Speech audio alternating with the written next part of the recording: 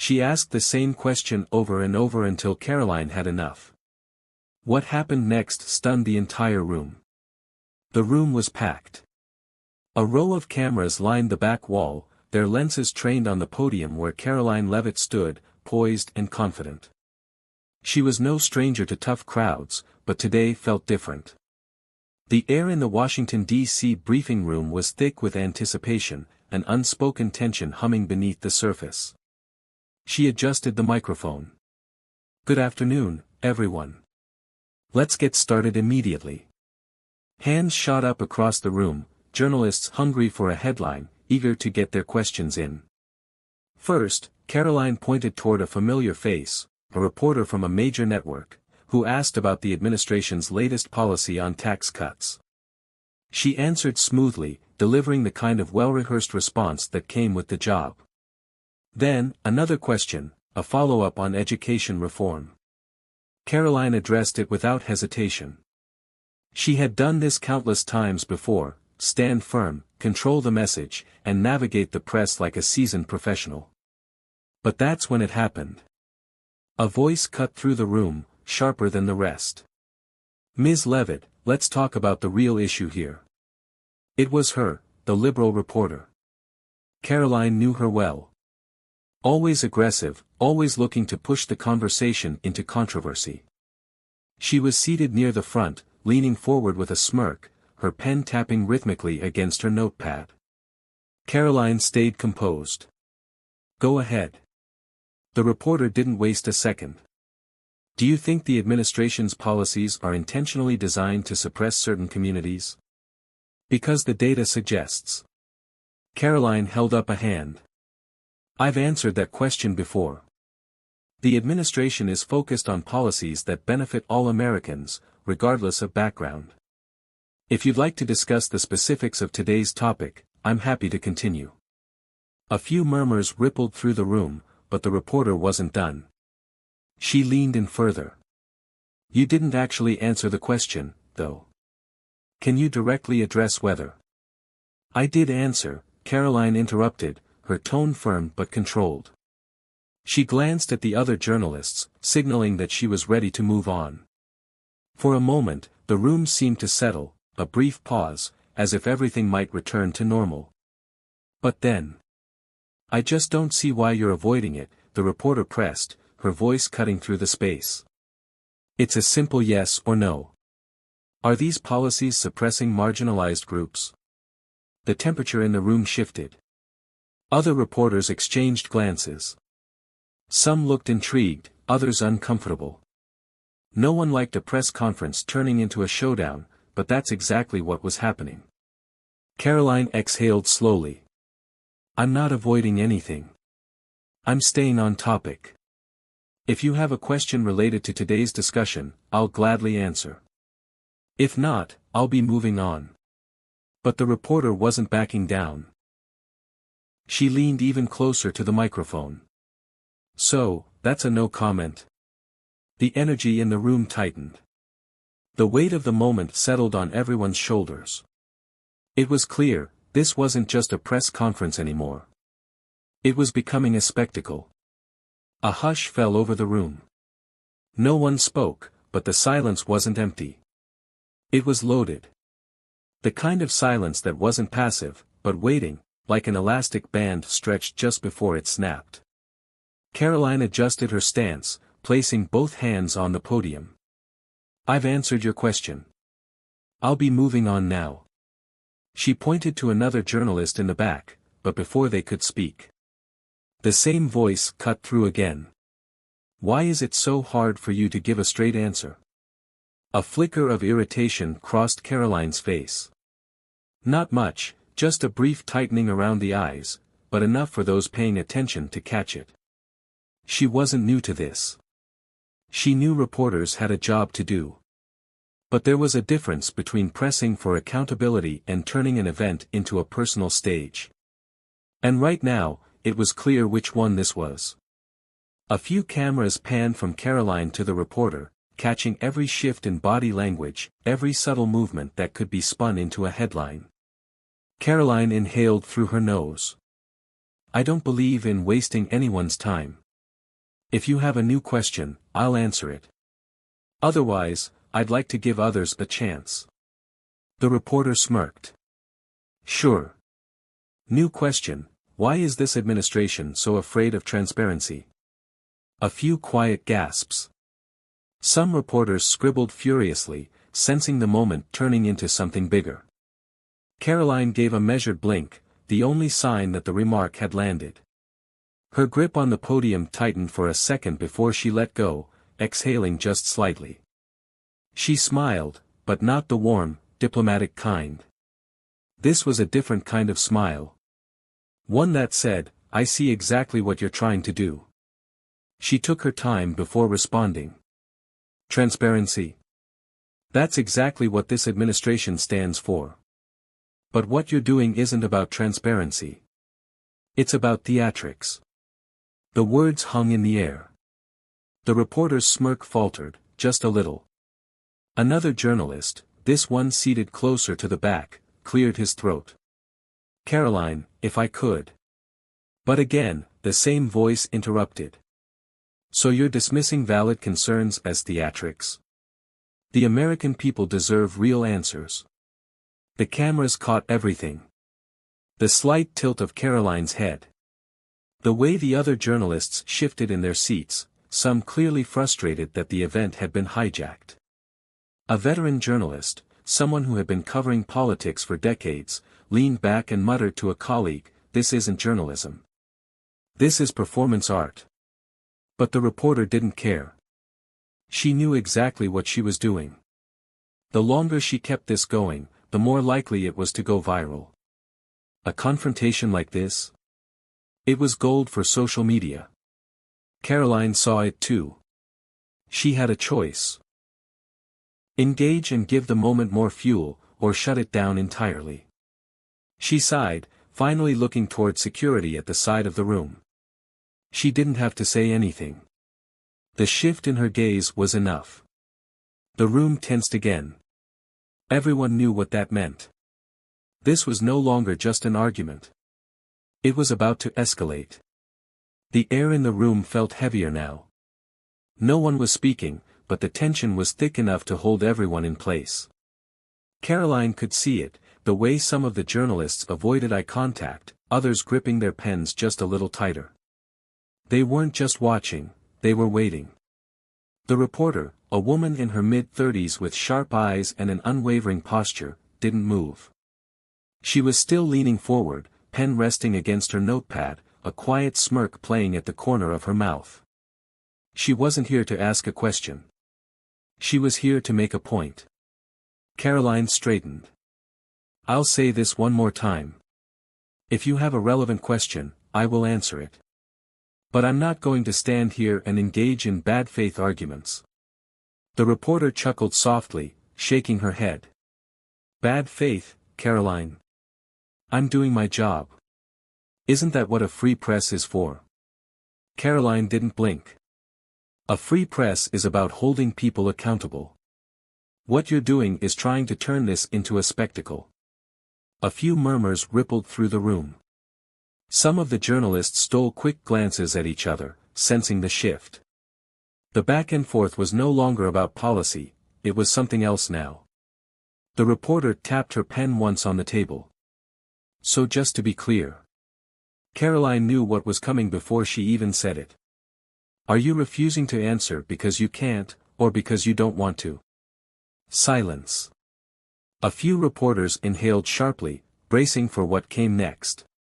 Karoline exhaled, measuring her response. I am refusing to play a game. This press conference is not about you. The smirk on the reporter's face flickered just for a moment. Then she leaned back in her seat, arms crossed. Right. Because expecting transparency is a game. This time, it wasn't just a murmur. A few journalists whispered to each other. Others glanced toward Karoline, waiting to see how she would handle this. Karoline had dealt with difficult reporters before, but this was something different. This wasn't about policy. It was about control. About who could steer the conversation. She adjusted the microphone slightly, taking a step back from the podium. "I think we're done here." The words sent a shockwave through the room. The reporter's eyebrows lifted. "Excuse me?" Karoline didn't flinch. "You've made it clear you're not interested in an actual discussion. You're looking for a headline. If you'd like to stay and listen to the rest of the press conference, you're welcome to. But I won't be answering any more of your questions." The reporter let out a quiet laugh, shaking her head. "So, silencing the press. Got it." Karoline's jaw tightened. She knew that was coming. She knew exactly how this would be spun the second the cameras went off. But she also knew there was no winning with someone like this. She glanced toward security, a subtle, wordless signal. And just like that, everything changed. People shifted in their seats. The energy in the room snapped from tense anticipation to full-blown confrontation. It was no longer just an argument. It was about to become something much bigger. A ripple of unease passed through the room. Journalists weren't just watching now, they were recording every second, every movement, waiting to see how far this would go. The hum of camera shutters clicking filled the space, capturing the exact moment Karoline glanced at security. The reporter noticed it too. Her smirk disappeared. "You're seriously doing this?" she asked, her voice lower now but sharp enough to slice through the room. Karoline didn't answer. A uniformed officer stationed by the door took a slow step forward. He didn't need to say anything. The meaning was clear, the reporter had two options. De-escalate or double down. She chose the latter. "This is unbelievable," she muttered, shaking her head. Then louder, so the cameras would catch it, "So much for freedom of the press, huh?" Karoline remained still. Freedom of the press doesn't mean hijacking a press conference. The reporter let out a dry laugh, looking around the room as if inviting the other journalists to agree with her. Some shifted uncomfortably. A few scribbled notes. But no one spoke. The security officer took another step. For a split second, the reporter hesitated. She could stand her ground, make them physically remove her, that would be a viral moment. Or she could get up, walk out on her own terms, and control the narrative another way. Karoline watched as the decision played out behind the reporter's eyes. Then, slowly, the woman reached for her notepad. She stood, adjusting the strap of her bag. "This is a disgrace," she muttered under her breath, just loud enough to be picked up by the mics. Then, one final jab before she turned toward the exit, "You can kick me out, but you can't silence the truth." Karoline didn't respond. The door closed behind the reporter. And just like that, it was over. Or at least it should have been. The silence that followed was thick, no one sure what to do next. The cameras were still rolling. Some journalists kept their eyes down, pretending to scribble notes. Others just stared. Then, from the back of the room, a voice, "Karoline, do you think this was the right decision?" She turned her gaze toward the journalist who had spoken. "I think it was necessary." Another voice, "You don't think this will backfire?" She knew it would. She knew by the time she left this room, the internet would already be flooded with clips. She could already see the headlines, "Karoline Leavitt removes reporter for asking tough questions." Did it matter? She straightened. "We're here to have discussions, not disruptions. If anyone else has real questions, I'm happy to answer them." A beat of hesitation. Then, slowly, a hand went up. The press conference continued. But the real storm, it was just beginning. By the time Karoline stepped off the podium, her phone was already buzzing. Staff members hovered near the edge of the room, whispering in hushed tones, their faces tense as they glanced between their screens and the door the reporter had walked out of minutes ago. She didn't need to check her notifications to know what was happening. The clip was spreading fast. As she walked down the hallway toward her office, one of her aides caught up with her, phone in hand. "It's already trending." Hashtag silencing the press is picking up steam. Karoline exhaled through her nose. Of course it is. The aide hesitated. The major outlets are running with it. Some headlines are fair, just reporting what happened. But others, she trailed off, scrolling. Leavitt shuts down press freedom. Reporter escorted out for speaking truth to power. Karoline stopped walking. Speaking truth, she repeated, half a laugh, half a scoff. She wasn't speaking truth. She was performing. The aide nodded. Doesn't matter. That's not how it's being framed. Karoline had known this was coming the second she locked eyes with security. The way these moments played out was almost predictable now: clip the tension, cut out the context, slap on a dramatic headline, and let the outrage machine take care of the rest. Still, as frustrating as it was, she wasn't about to panic. She had been in politics long enough to know that narratives could shift. "What about our base?" she asked, pushing open the door to her office. The aide followed her in. "They're backing you. Conservative commentators are calling it a win, saying you handled it with professionalism. The usual names are defending you." Karoline nodded. "And the White House?" "They're distancing themselves, but they're not condemning you, yet." That last part hung in the air. Karoline leaned against her desk, arms crossed. "And her?" The aide didn't have to ask who she meant. She scrolled again, eyes flicking over her screen. "She's leaning into it already. Did a live interview calling it a chilling moment for press freedom. She's getting booked on every major network." Of course she was. Karoline tilted her head back, staring at the ceiling for a brief second before pushing off the desk. "She wanted this," she muttered. "And we just gave it to her." The aide bit her lip. "So what's the play here?" Karoline didn't answer right away. She walked to the window, looking down at the street below. Reporters were already gathering outside, waiting for her next move.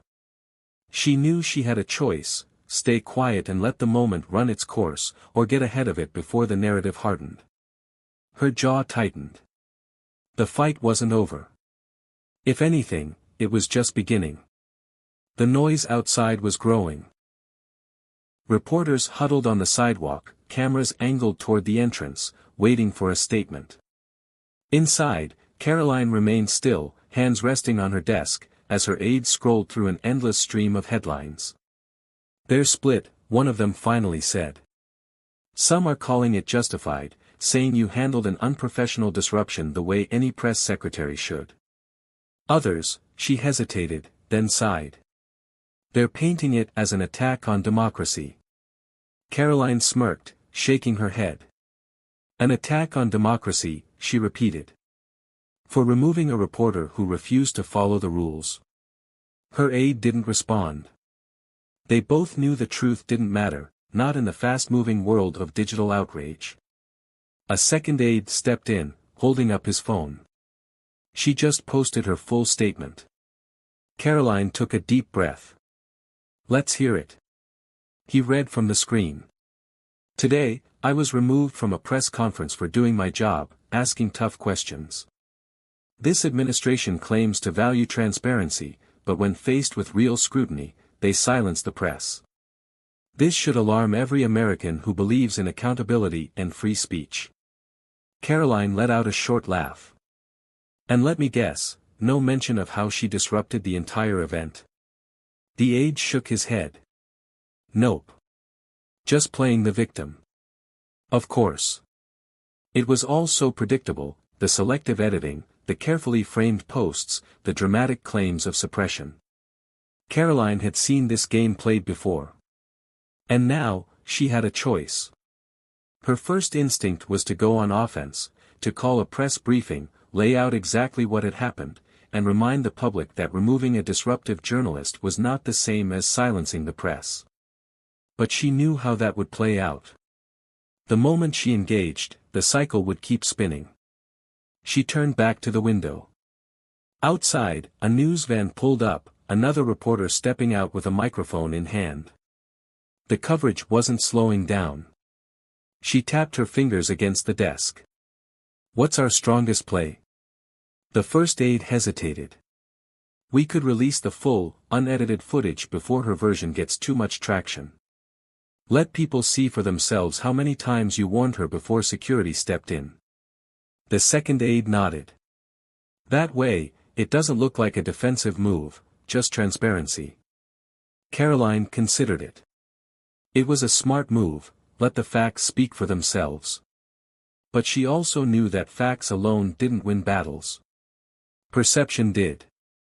Her eyes flicked back to her phone, where notifications kept rolling in.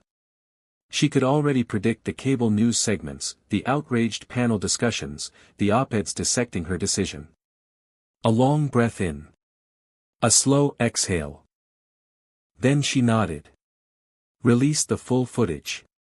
The aides moved quickly, drafting a statement, queuing up the video. Karoline watched them work, her mind already 10 steps ahead. The reporter had wanted a spectacle. But what she didn't realize was that Karoline wasn't just reacting, she was setting the stage for what came next. The full, unedited footage went live within the hour. No flashy edits, no dramatic commentary, just a simple post with the raw exchange, letting people see exactly what had happened. The title was clear and direct: "Watch for yourself, the full exchange between Karoline Leavitt and the reporter at today's press conference." Karoline sat back in her chair, watching as the numbers ticked upward, thousands of views in minutes, comments flooding in. Some furious, some supportive. Her phone buzzed, a message from a close ally in the media. Smart move. This takes the wind out of their sails. But she knew it wasn't that simple. The spin was already in motion. The reporter herself had gone on multiple networks, retelling the story in a way that painted herself as the victim. Karoline clicked on one of the interviews. There she was, seated in a dimly lit studio, brow furrowed in righteous indignation. "I was simply doing my job," she told the anchor. "I was asking tough but necessary questions, and instead of addressing them, I was removed." That should worry everyone, regardless of political affiliation. The anchor nodded solemnly. "Did you feel threatened?" Karoline rolled her eyes. "Threatened?" The reporter's sigh was almost theatrical. "Not physically, no. But professionally? Absolutely. This is an attack on journalism itself." The interview cut to a panel of experts, all weighing in on what this really meant. Dangerous precedent. A disturbing moment for free speech. She was just doing what journalists are supposed to do. Karoline exhaled sharply, locking her phone screen. The facts were out there, but that didn't mean people would accept them. Her aide peeked into the office. "You're gonna wanna see this." Karoline followed her to the hallway, where staff had gathered around a TV tuned to a conservative network. The host was playing the full clip, the one Karoline had released, pausing at key moments. "She interrupts over and over," he said, shaking his head. This wasn't journalism. This was grandstanding. The panelists nodded in agreement. This was a setup, one of them said. She knew exactly what she was doing: push until she gets removed, then play the victim. The host turned back to the camera. "Here's the reality: Karoline Leavitt didn't shut down the press. She shut down an activist posing as a journalist." Karoline crossed her arms, watching as the conversation played out. The split was clear: on one side, conservative voices praising her for standing her ground. On the other, mainstream outlets painting her as an authoritarian figure silencing the press. Her aide glanced at her. "This is gonna be a long week." Karoline nodded. "Yeah. But at least now, the truth is out there." The question was, who would believe it? The story refused to die. For days, it dominated headlines, talk shows, and social media debates. Political commentators dissected every second of the exchange, each side twisting the narrative to fit their agenda. Memes flooded the internet, some mocking the reporter, others portraying Karoline as a villain silencing free speech. But in the midst of all the noise, one thing became clear: the country was split. Karoline knew better than to expect a universal win. That wasn't how these battles worked. But as she sat in her office, watching a clip of the latest panel discussion, something struck her. A veteran journalist, one she actually respected, leaned forward in his chair. "We have to be honest," he said. This wasn't a journalist seeking the truth. This was someone looking for a viral moment. And they got it. The other panelists shifted uncomfortably. They weren't used to hearing this kind of honesty. She asked a question, got an answer, didn't like it, kept pushing, not for clarity, but for conflict. And the moment she got removed, she ran straight to the cameras, claiming victimhood. That's not reporting. That's activism. The host frowned. "So you're saying Karoline was justified?" The journalist shrugged. "I'm saying we need to be honest about what journalism is supposed to be. We're here to inform the public, not manufacture outrage." Karoline exhaled slowly. Finally, someone had said it. But she knew the damage was already done. The headlines had been written. The clips had been edited. The people who wanted to believe she was suppressing free speech weren't going to change their minds. And the people who supported her had already moved on, waiting for the next political battle. Her aide knocked softly on the door, stepping inside. "You have an interview request from?" "No," Karoline said immediately. The aide blinked. "You don't even know who it's from." "I don't care," Karoline said, standing up. "I'm not playing into this any further." The aide hesitated, then nodded. "Understood." Karoline grabbed her phone, scrolling through the endless notifications. The storm would pass, it always did. But she knew this wasn't just about one press conference. It was about something bigger. The way the media operated now. The way narratives were crafted. The way truth was becoming secondary to clicks and outrage. She looked back at her aide. "Release one last statement." "What do you want it to say?" Karoline thought for a moment, then smiled. "Just 4 words." The aide waited.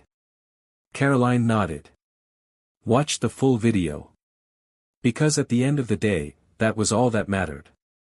The truth, whether people wanted to see it or not. Media integrity is a fragile thing. In an era where clicks matter more than context, the line between journalism and activism is blurrier than ever. The real question isn't whether Karoline was right or wrong, it's whether we, as a society, value truth enough to recognize when we're being manipulated. The battle between truth and perception is one that has existed for centuries, but in today's digital age, the stakes are higher than ever. The way information is consumed, manipulated, and spread determines how people view reality. Karoline's story is not just about one heated exchange, it's a reflection of how narratives are crafted in the modern media landscape. We live in a time where controversy sells, and facts are often secondary to engagement. Instead of seeking truth, many media figures chase viral moments, carefully curating interactions that will generate outrage, sympathy, or division. Journalism, at its core, should inform and enlighten, but when it turns into performance art, its credibility suffers. This story teaches us a crucial lesson: never accept a single narrative at face value. Always dig deeper. Seek context. Watch the full video instead of just the edited clips. Understand that perception is often shaped by those with an agenda, and the real truth is rarely as black and white as it seems. Most importantly, this story reminds us that standing firm in the face of manipulation is not easy. There will always be those who distort the truth for their own gain. But in the end, facts will remain facts, no matter how much spin is applied. So, the next time you see a media firestorm, ask yourself, are you being informed, or are you being played? Let us know your thoughts in the comments below. And if you found this discussion valuable, don't forget to hit that subscribe button and turn on the bell icon so you never miss out on more insightful content like this.